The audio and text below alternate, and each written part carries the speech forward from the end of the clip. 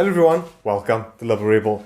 Guys, I'm about to have a conversation with the Juliet Maguire.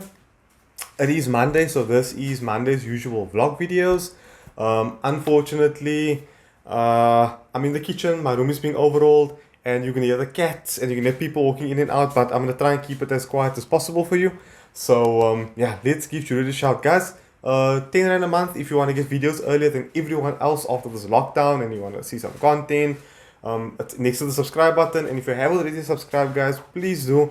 It's like 70 or 60% of you aren't subscribed to watch Liberebil content. It will help me so much create some cool content here on Liberebil for you. So let's give Juliet a shout.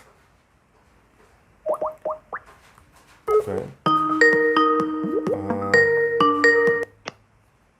Okay, so I think the Juliet. Yeah, can you hear me? Can you Yes, see me? I can. How are you? I'm fine. I'm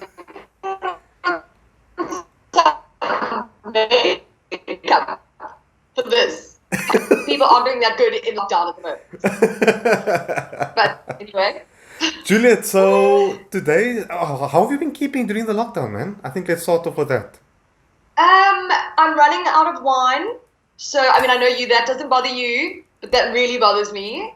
So that's been my main concern. I've been okay. I have my good days and I have my bad days. But the good days are like normal. I work from home anyway. Yeah. So I guess nothing has changed. But I do miss driving a lot. Same. I heard this morning in the Toyota press thing that we were on that we might be able to drive from Thursday and onwards again. I know. I'm really hoping. Because, I mean, I get it to keep people home and I'm all for that. I mean, the government's starting to piss me off a bit. But Yeah. I do think that for something like this, if we're in cars and it's just us by ourselves, we're actually not really affecting anybody. Yeah, So, no, I don't disagree with you. And also, like, we kind of go out on our own, we film on our own. It's not like we're going to be in contact with anyone. And I, for one, I haven't been out since this lockdown started. I have not left the house. how are you still? I mean, I've gone to the shop, but that I look forward to it all week. I go once a week, and it is I'm like, oh my gosh, I'm even do my hair, put some makeup on. I'm like, oh my god, that's my outing, and I'm really excited about that. I don't know how you haven't done that. Oh, man. Guys, so I don't know if you always see me talking about Juliet on some of my videos when I say if you want someone's blissful, honest opinion, just watch a Juliet Maguire video. So the theme of this video is gonna be cars that not so much that you liked, cars that you maybe didn't like. And to be honest with you, it's 2020. There aren't really such a thing as bad cars. Yeah. But there is such a thing as, look, this isn't as good as what this is. Let's go that route rather. In this industry, there's a lot of options like that. But before we go move so swiftly on to that, what was your favorite car that you've driven so far, your illustrious career? That's probably a question I get asked the most by, even if it's an interview thing, if it's by a colleague, if it's by someone that I've just met and they find out what I do. And it's a question that I can never answer for the reason being that it changes. Yes. So, I mean, the first time I've been doing this will be my 13th year of being a motoring journalist. And when I started Car Magazine, I think it was probably in my first or second year, I got to drive an Audi R8. Oh, wow. And for a solid 3 years, that was the best car I'd ever driven in my entire life. I was just, and then about, I don't know, a couple of years later, I got to drive, I got to drive a Gullwing, and then I was in an Aston Martin DB9, and so all these cars were just I couldn't keep up with what was now my favorites, and and then I am such a practical penny. I'm the lamest motoring journalist ever, because something like a Mazda CX-5 comes out, and I'm so in love with it. I love it so much because it's practical and it drives nicely, Wow. I'm so glad you bought Mazda. We literally spent 3 or 4 minutes weekly on Mazda. How fucking good is that range of cars? Underrated brand, that. Dude. Yeah. I mean, you have Mazda 3, brilliant. Is Yeah. it the little one which is Mazda 2, correct? 2. That was the first car that I ever reviewed. It was the first 13 years ago. It came out. That was my first car that I ever reviewed. So for me, like Mazda holds a little special place in my heart, especially that Mazda 2 because it's so fantastic. Dude, and I mean CX3. And then, what the flip? Like Bose sound, comfortable seats. And it's priced so competitively. Well, you know, I was talking to Terence, you know, the editor of Car Magazine, the other day. We do a podcast together, and we were chatting about probably what is the best segment in the world, but even in this country, is that SUV, like compact SUV segment, where you've got sort of like a Kia Sportage and Mazda CX-5, etc. Like all of those cars are brilliant, bro. And the Mazda CX-5 is just right at the top. I am so glad you literally brought up Kia Sportage because that's so bad. Dude, like how good is that car, especially in the CRDI? Yeah, holy crap! But I'm also such a Kia fan. I think it's also another underrated brand that people don't know enough about, and especially like, I don't know, people in my circles, they like my dad and stuff, they've got this thing, you know, that like Kia's crap. Yeah. They're like, oh, it's cheap and it's cheap parts and you can't get parts and and people haven't realized that they've actually come such a far way. Yeah. Like Kia is up there with VW and Toyota in terms of design, in terms of engines, in terms of parts, in terms of everything. Like they're a fantastic, fantastic brand. Yeah, and I mean, what you can kind of see it with Sportage and what's the other one, the Rio sales. The sales is just going up and up and up. And you know what? No? Someone asked me last time, like they want to buy their mom a SUV, and I said, forget CRV, forget any of the main brands that you know of. Go into Sportage with an open mind and prepare to have your mind completely blown. Absolutely. And even now, like I've actually got the Seltos GT line outside. Oh, nice. Not that I can drive it much. But and I've got the 1.4 litre, which is the one because they've got a 1.6 litre that naturally aspirated one, which was total crap. I hated that. And I never hate Kia, but that was crap. Yeah. I live in a hilly area, so going up those hills was a pain. But this is fantastic. And how I determine whether a car is really good is generally when I almost forget about it. When I don't even know, I don't sort of have to think about the drive because I don't want to. If I'm driving an everyday car, sure. If I'm in, I don't know, like an i30N or something, yes, I want to know, I want to feel that. But not my everyday car. Going down to the store or whatever, I want to go and get into a Kia, drive it, and just forget that I've driven it. Exactly, so well said. And I think it's so interesting we move so quickly onto Kia because, yes, this brand is just making strides. I mean, it's a shame we didn't get Stinger in a bit larger numbers just to see how it would perform in South Africa. Yeah. Because I mean, I've seen one. I was in Cavendish one day, and there was a Stinger. I was driving that big 7 Series that DJR Mariska was sending out, and I parked next to a Stinger. That thing blew my mind. It took my breath away. Yeah, it's good looking. Hey, I actually, funny enough, spoke to the CEO of Kia Motors South Africa yesterday.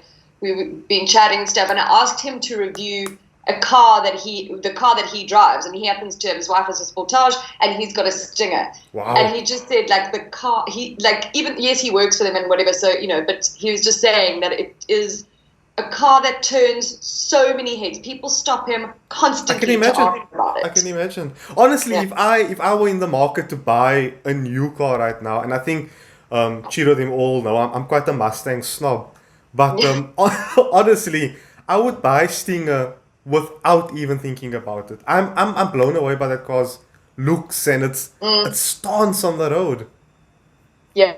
And I think because it is so sort of unique, and I love an underdog, and I love that it's Kia, and people would be like, what the fuck, you get a Kia? Like, why would you get that's not a performance car, blah, blah, whatever. And then people see it and drive it, and you like, okay, bitch, please. Yeah. Look at my cool car. Exactly. I realize I shouldn't be swearing at me. Yeah, no, it's fine. You can swear. I swear on these things, so it's fine. I want to say something very controversial. I didn't like Tucson. Okay, so I don't think you're alone in this. And the reason I say, do you know what it is? It's a bit like dishwater. Do you know what I mean? It's like bland. Yeah, I didn't. Kind of just like. But and funny you bring it up because someone asked me the other day, should they get an Opel Grand X or a Tucson? And in many ways, the Tucson is potentially the better car. But the Grand X has probably the better engine and is better spec'd and is a bit different. You can drive that out on the road. No one notices a Tucson anymore. I don't think. I will admit, a Tucson does have a presence, and it's a presence that a lot of my audience do like. I have a handful of guys who literally, as soon as N was launched, they bought it. They bought the husband one, the wife got one, the daughter got one, and so it goes on in my community. The people love the N Sport Tucson, and it's a good car. The N specifically, but the normal Tucson is just man. I don't know. It's a bit like the not a big fan. Hyundai in general, I think, is making good steps. i30N is a very controversial car, especially in South Africa. What do you think is keeping that car from the enthusiasts, especially in South Africa? Look, I mean, what is it? It's their first. It's Hyundai's. It's its first car that comes out of their N division, isn't it? That's like a hatchback or whatever, and it's sort of territory that's been occupied by the sort of front runners that everybody knows and loves, and it's hard, and especially in South Africa, if you've got a Ford or flip and turn or something in a front runner, to try and knock that off its pedestal, or like if it was just a no-go zone, it's not going to happen. And you probably find that the i30N has that tough call. It's also, again, it's that sort of thing where it's image or whatever, but with Kia, like Hyundai, you don't think of a car in that segment. So when you say to someone, I've got an i30N, they'll be like, but why? Why haven't you got, like, I don't know, Megane? Do you know what I mean? Like, there are other ones that you would be going for. But and again, I'm so different to the petrol head, I guess, because I had it just before lockdown. I had it for a week. I had that weird blue one, actually. And what I kind of loved about it, and I'm often like this about, and especially about performance cars, if it doesn't always feel like a performance car, I love it more, because it means that I'd be happy to drive it every day. And then I love that you're sitting on so much that is just waiting. It's like bubbling underneath you, and then when you feel like kind of giving it horns, you can. Without a doubt. And the i30N was that for me. Do you think also that maybe pricing played a big role? Because, I mean, you and I just saw TCR pricing yesterday, and how damn well is that car priced? Okay, so, and this, I'm sure, like, your sort of fans and stuff, I know will probably not understand me saying this. I cannot fathom spending, like, 600,000 Rand upwards on a hot hatch. It's a lot. It blows my mind that anyone would do that. It's a lot. And like GTI, like I love it. It's an icon, but I'm bored of it. And I think Mercedes, I don't get excited with GTI anymore. So true. I think Mercedes-Benz is very much to blame for this very much upward trend in hatchback prices. I mean, when A45 came out, you were looking at a bar. Now we're looking at well over a bar for A45. I mean, that's... I know. And I don't think it's that great. I don't. Shit. God, I'm in so much trouble at the moment with the bloody BMW community. I might as well just piss off everybody. You know what I mean? saw the video, guys. So before I go further, I forgot to mention this at the start of the video. Juliet has a YouTube channel as well, and we are planning to collab in the future. Unfortunately, we both, like I was telling you, the other guys out there, we also busy. We kind of miss each other. So what I'm going to do is, I'll leave Juliet's YouTube channel and all the social media in the description box below. Go and check that out. Give her a subscribe, and and complain by her as well. Say then, Juliet collab with Liberebil. Collab with Liberebil. So okay, let's get back on track quickly. You were talking about BMW. I actually watched that video. And I saw other people going on, dude, this is YouTube. This is how things go around here. It's stuff we must just... And I'm going to say something so Dodge now. Right? so Dodge. But I love it. But the whole point of this thing is to be real. Do you think being female also gives a lot of people permission to just blast you because of your opinions? Absolutely. No doubt in my mind about it. I wish it still wasn't a factor, but it's a massive factor because I've noticed the difference in... So Chiro and I started quite at similar time, and maybe just people watching a video.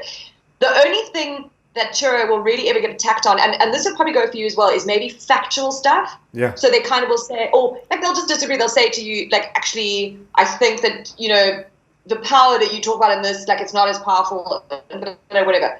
When I get attacked, if I get something wrong or whatever, it's because I'm a woman. So it's like, this is why women shouldn't be reviewing cars because I made a mistake, I don't know, with the torque figure. Yeah. Whereas Chiro can do the same thing. And people say, like, hey, dude, just, you know, you got the torque number wrong. That's it. They'll just let them know about it. I'll get blasted, which is, you know, this thing with this BMW, which was the Z4 video. Yeah. And all I'd said was that I prefer the look of the new one. Okay? I didn't love the look of the old one. I don't give a shit who designed it. Don't. But everybody has made mention of the fact that it was a woman who designed it. And if I had done my research, I would have known that. And I'm like, so who gives a fuck? Why must I like it because a woman designed it? That's so sexist. That's so sexist. They would never say that to you. They would never say, like, you know, you should like it because a woman designed it. They wouldn't even brought that up with you. Exactly. So it's a big thing. It is. Yeah, it's a big thing in the motoring industry. I think one of the people who really defined that space is Sabine Schmitz. I don't know if I pronounced that right. She kind of just did that. Yes. And like, yeah, and she owned it, no? She freaking owned it. Yeah, she did. And you know what? She earned, and again, I think she probably had to work harder than her male sort of colleagues and everything, but she earned that by also, she's a kick-ass driver. Like, I got to drive around Swartskopf with her in a BMW M3 Frozen Edition years ago. It was, I got out of that car, I was so sick, I was so nauseous and so ill that I had to lie down. Like, it was so embarrassing. And the night before, we'd gone to bed at 3-4 o'clock in the morning, she'd smashed bottles of Jägermeister. And the next morning, she just one-handed around that track. Like, wow. She was amazing. And I think she thankfully proved to people that women can actually drive, even if most of the time they're pretty shit. I think we seriously need to do a Niyaaz, Juliet, and Chiro show. Just imagine. So much fun. Just imagine the three of us getting 3 cars and doing a road trip and arguing with one another over which one is better. I mean, I would like to do it on a track as well. Yes, that also. Yeah. Just do like a little gymkhana, you know. Dude, we need to actually set this up. Though. We need to actually, this will be freaking epic. Yeah, it will. I think so too. On the topic of BMW, I think let's take this swiftly on to BMW. You and I both had the opportunity to drive both M2 competition and M5 competition. How stupid is that M5 competition? You know, and again, I know I'm going to piss everyone off, but I might as well keep going. I am not a massive BMW fan. It hasn't been my sort of brand of choice. And it's hard, like being a motoring journalist, you know, like you really always have to remain very objective. And so I really do, when I get into a BM, I take all my sort of personal stuff aside of it and whatever. And I get an X5. I love it. Yeah. It's brilliant. Everything is fantastic. M2 competition, I really enjoy it. Like, M5 competition, what was the point? I didn't get out of that when I drove it or how it felt. I've forgotten about it. Wow, interesting. You know what I think the mark it left on me, it didn't leave like an intense mark, but the way that thing carried speed corner to corner, I couldn't keep my foot flat in that car. I was literally lifting most of the time because it was practically unusable, the performance.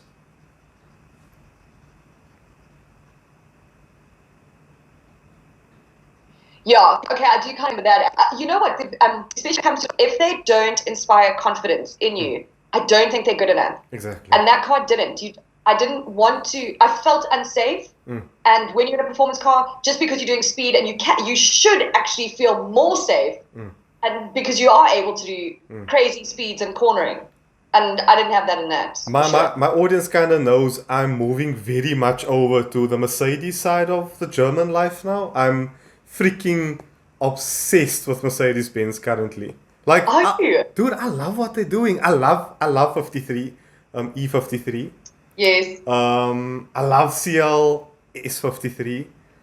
I love C63. There's like, I'm just this big Mercedes, I don't know, thing. Anyway. No, I mean, I'm glad for you. I'm not BMW or Merc. I'm like both of them just run flat for me. Wow. And you're not really keen on the RCF maybe? Jeez, I'm like really hard to please by the start of the thing. I've just realized. I think what it is, it's that I'm not blown away by numbers and I'm not blown away by performance cars. But this is exactly why I'm saying we need to do a three-way show. Oh, three-way sounds so weird. It's because our opinions, our opinions differ so vastly. There will be great banter actually seeing that translate on camera. But okay, let's move to another brand that I think has also been making quite a bit of strides in the industry. Before we move on to brands that's really taken the plunge. Ford. I'm so impressed with what they're putting out. Well, yes, in terms of the Buckies and all of that, like obviously Ranger, Raptor, probably one of my favorite Buckies I've ever driven. Your commentary on it was so funny. I love the accent and stuff. I was laughing me in my mood for that video. That was an epic car that arrived outside and I nearly fell over. I was like, geez, this thing is massive. And it's so intimidating and amazing. You were behind me in it one day when we left the airport. I'm like, look at this chum behind me with like the aviators on the phone. And like talking. Like, I was never on the phone. No, not on the phone, but screaming at someone over the Apple CarPlay on the thing. I was like, this is so Juliet written all over this Bucky. I mean, it's so ridiculous. I look like such a chop in it, but anyway. But yeah, Ford, I'm bummed at the Focus, that we're not getting the Focus. That's a bummer. Fiesta as well? Yeah, that's such a shame. And they're fab. You know, they're really great little cars at it. In fact, I went on both those launches overseas. So I drove the new Focus. And was so thrilled that, you know, I was like, yes, it's coming, like, can't wait. And then they were like, sorry for you, it's not coming anymore. But isn't that a big car for them? But the segment is just dying. Oh. Do you know, no one's buying that anymore. Like, Golf, you know, like, Golf is still very popular, but the segment as a whole, and they're certainly not selling what they used to do. Like, people want SUVs now. They don't want, you know, the hatchbacks and everything as much as they used to. Everest, and I think Puma is... Are we getting Puma? Puma will probably come. I'm sure. I'm not sure. I actually have no idea. I haven't read anything actually about it yet. Let's chat about a car that I think has really taken the plunge over the last 2 or 3 years. And I spoke to Sean about it the other day, which completely shocked me. I was sent a new Honda Civic, and the following week I was sent a new CR-V. And I couldn't believe what I was experiencing. Especially that... Well, actually, you're right, both. No, the CR-V used to be, it was probably my most highly recommended car at a time. Yeah. Like my mom has. Same, reliability. Yeah. And I would say my mom's got 2 generations ago, and I think that's the one that was just faultless and fantastic. Yes. And now I drive it, and I'm so disappointed because I think what happens is you also go in there with such a high expectation. Same. And it's just not met. And I mean, like it used to be. Being Honda's always had this light, airy, fluffy, quality feeling to them. And I open the door and I'm like, no, man, this isn't Honda. This isn't the Honda that I grew up with. You know, that solid handshake you get when you close a Honda door. It's just... And then it's the designs. I mean, the designs are... I'm like, no, I don't think they kind of have their identity anymore. They've sort of lost that along the way. And it's so funny. I say my mom's got a CR-V. Hers has been in a workshop. It's been sitting there now for 3 months. It's a 2012 or 2000, I think it's 2012 model or whatever. And the problem with it, which the guy and it's not even, it was at Honda and it was somewhere else. They could not believe it. Like, it's something that shouldn't happen to a car within the first sort of 300,000 Ks. And my mom's got I think there's 60 or 75,000 Ks on it. And so now they've got to get it parked. It's one tiny part in the brake something or other that they can't get. And they said they're gonna have to replace everything. So it's gonna cost you 100,000 rand. Oh. But then I might as well write that car off. It's only worth 110. So we managed to I got Nickel Lowe actually, who's the technical editor technical editor of Car Magazine. I got him to weigh in on it because he's got a friend who's really good, who's an expert on transmissions, and they managed to turn it around for us so that it's still going to cost 20 grand. But that car is 5 or 6 years old. Wow. And I just think that's a Honda thing. I think transmissions has been, I only learned of this recently, where Honda seem to be having dodgy transmission issues, especially in the CVTs. This one is manual, but Nickel said he has never heard of this kind of damage. It's almost like my mom had driven into a steel pole as hard as she could. Oh, okay. And it's now cracked. But she hasn't. There's no damage to the car. She hasn't had that accident. So they can't. My mom's but then, and the insurance won't pay for it because it's a wear and tear thing. Interesting. Yeah. Juliet, what do you think on the topic of unreliability or unreliable cars? What do you think is going to help Nissan get out of the rut that they're currently in? They're sort of suffering a bit the same as Honda. I wonder if it's when a brand is so good for a while, they get a bit lax and a little bit complacent. And I feel maybe that, I hate to say it because I have no idea, actually. And they might be sitting in the back going, what the hell, we're trying our best here. Yeah.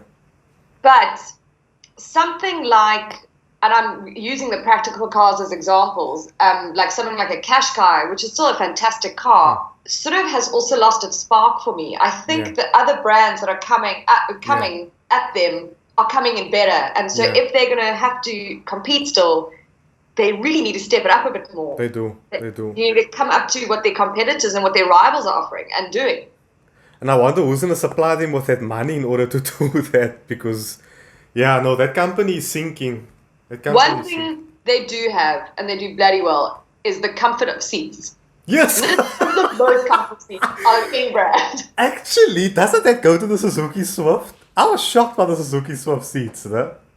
Yeah, actually, I love a Suzuki Swift here. Brilliant car. Suzuki Swift Sport is probably one of my favorite cars that I've driven in the last 5 years. Wow, it is a brilliant car. Little power, lightweight, sharp steering, great dynamics.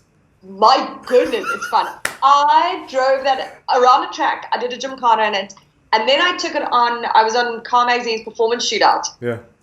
I was driving around mountain passes at speeds that would make I actually get a very, very uncomfortable feeling about it now because I realized how not badly I was driving, how quickly I was driving. Yeah. And I had the whole performance car lineup in front of me, and RS4, everything, and that Suzuki Swift Sport was right at the back there. Fun, keeping up. It was so fun. And it's amazing because I think it's usable. It's how usable its chassis is, how usable its engine is. You can literally use everything of it. Whereas with an RS4 and an M2, it's whoa, okay, I can't do this, I can't do that. Yeah. You need to have physical skill. And it's cheap for what it is. If you want to have fun, I can't afford an R8. But get yourself a Suzuki Swift Sport, because I promise you're going to have just about as much fun in that car than you can have in any performance car. It is brilliant, that car. Yes, that car is brilliant. I think this morning's conversation with Toyota is really interesting. It's really showing us that Toyota's kind of coming out of that phase where they can't just sell cars that how do I say, had basic features on them. They actually need to look the part. They need to sound the part. They need to sit. They need to sit.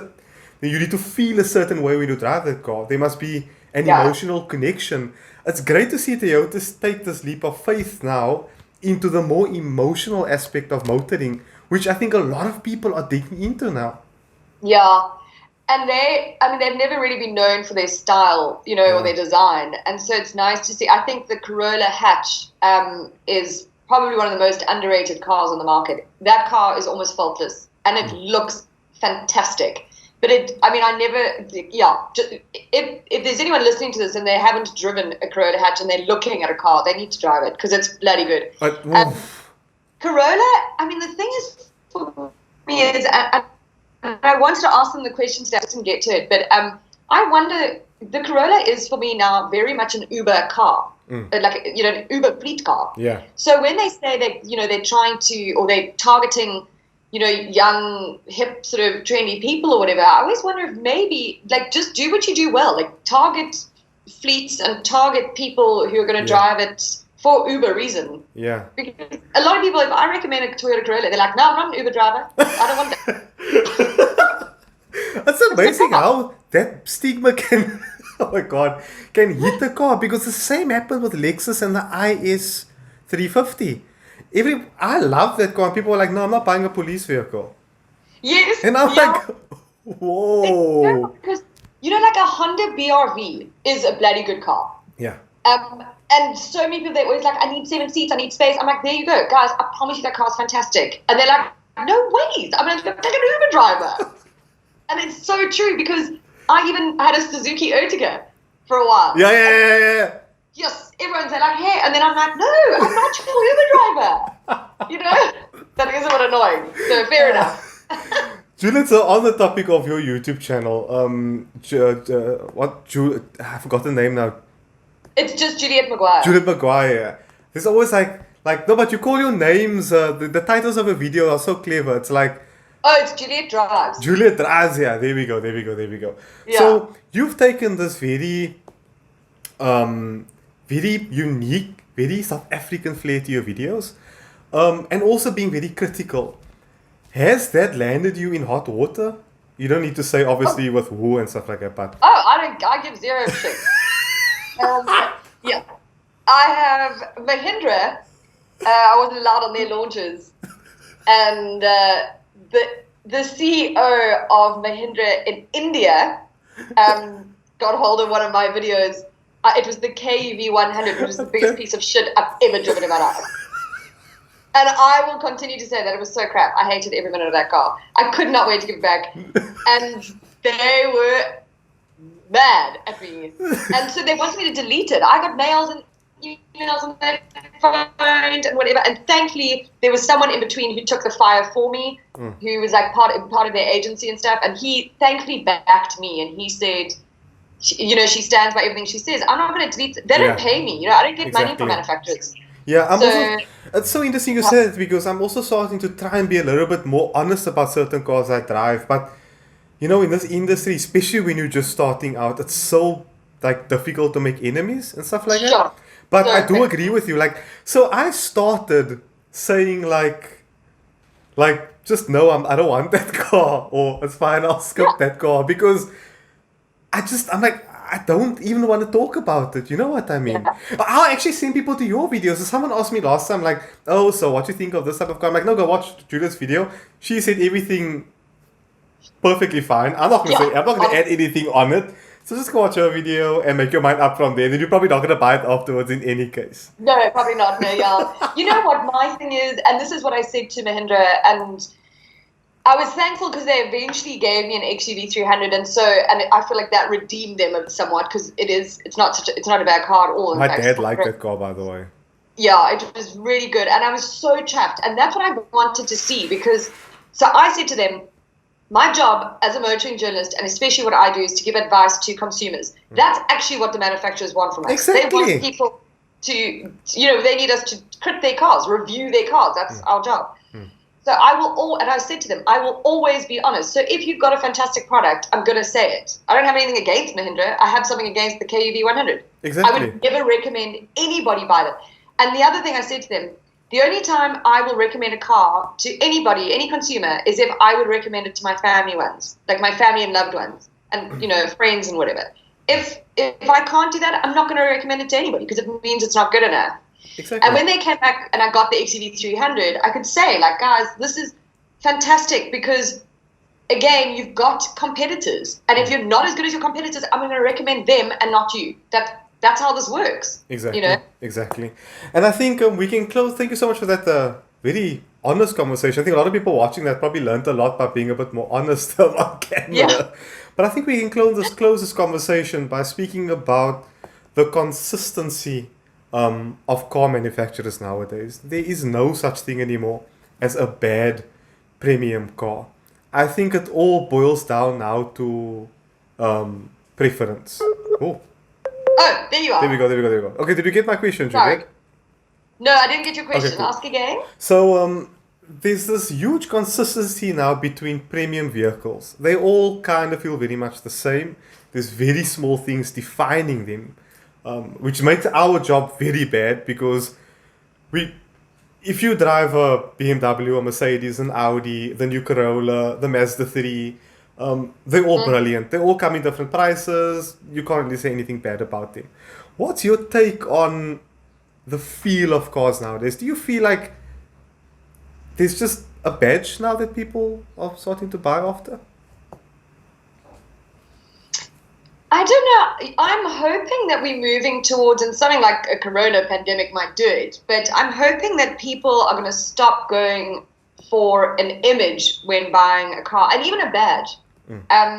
Because there's a lot of, I think there's manufacturers that are still running on a history, like a great history, and might not be as good anymore, but because they were once so great, you know, and I'm hoping that, you know, and that's why I think manufacturers are realizing that they have to step it up. Like, your offering cannot just be that it's got a nice engine. It has to be fully spec'd. You have to have an amazing warranty and service plan. Like, people want after-sales service and people want quality now. So hopefully people will start going to other brands that they might not, like when you've said to someone, go check out the Kia Sportage, because, you know, they would never have considered that before. And people are missing a beat. Like, there are some fantastic cars out there that you wouldn't have considered because you think that you have to buy a BMW, Merc, Volkswagen, you know? Exactly. Anyway, Juliet, I really appreciate your time this morning. Thank you so much for joining me here on Liberebil. Guys, you can obviously go and check Juliet's channel out in the description box below.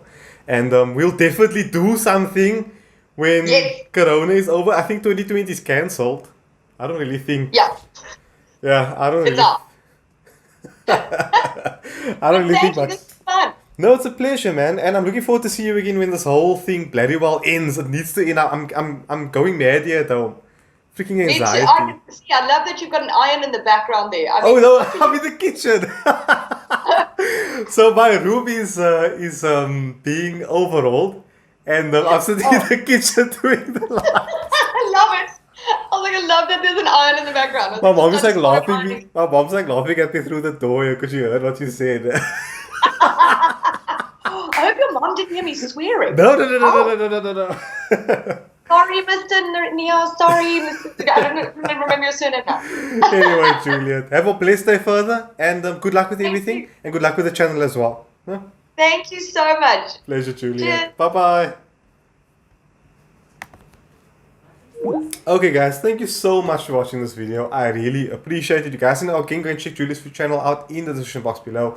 It was a great conversation with, and it's always interesting speaking to people who has been in the industry so much longer than me, and obviously knows so much, has got such wealth of knowledge about different vehicles.